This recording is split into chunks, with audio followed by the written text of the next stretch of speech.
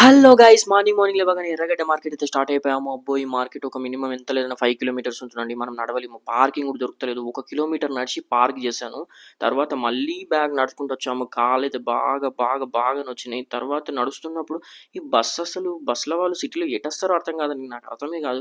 First అయితే tyre షాప్‌కెళ్ళిపోయాము. ఇవి కొత్త టైర్‌లేమో బాగున్నాయి. ఇంత తక్కువ రేట్‌లో అమ్ముతున్నారు అనుకున్నాము. కానీ అవి చూసేవరకంటే ప్యాచ్ వర్క్ చేసిన టైర్స్ అంట. అబ్బో! వద్దులే బాబు అని చెప్పి మళ్ళీ రిటర్న్ వచ్చేసాము. ఇక్కడ టీ షర్ట్స్ చూసాము, బానే ఉన్నాయి.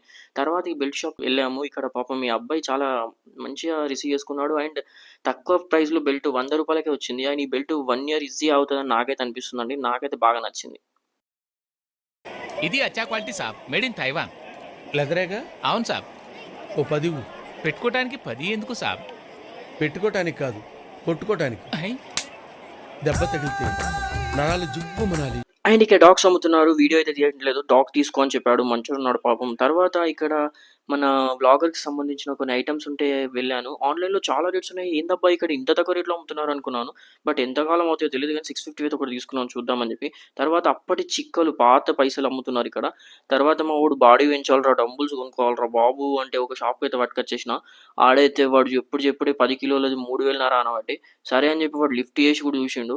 బాడీ పెంచేద్దామని ప్రిపేర్ అయిపోయిండు మా వోడైతే. సరే అని చెప్పి వానితోని బేరం మాట్లాడిండు. బేరం కుదిరేసరికి పక్కకు కొన్ని దోస్తు చేసుకొని అరే ఇద్దరం కలిసి తీసుకుంటే తగ్గుతదేమో అని దోస్తునైతే ఏసేసుకుండు. చేసుకొని బేరం అయితే కుదిరించుకుర్రు. మంచిగా రీజనబుల్ రేట్స్‌లోనే పే అయితే ఏసేసిర్రు మరి. పే చేసినంక కాదు, ఇప్పుడు ఇవి పార్కింగ్ దగ్గర దాకా నడుచుకుంటూ తీసుకుపోవాలంటే ఈ బరువుని మాకు సుక్కలు కనబడ్డాయి. తర్వాత కొన్ని చిలుకలు తీసుకుండు మా వోడు. అవైతే సూపరున్నాయి.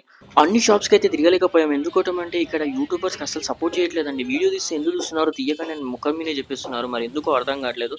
అందుకని కొన్ని షాప్స్‌కైతే తిరగలేకపోయాము. ఇలానే బైక్ మీద సామాను పెట్టుకొని కొద్దిగా మొత్తం ఎక్స్‌ప్లోర్ చేయడం జరిగింది. And thank you so much for your support. And don't forget to subscribe.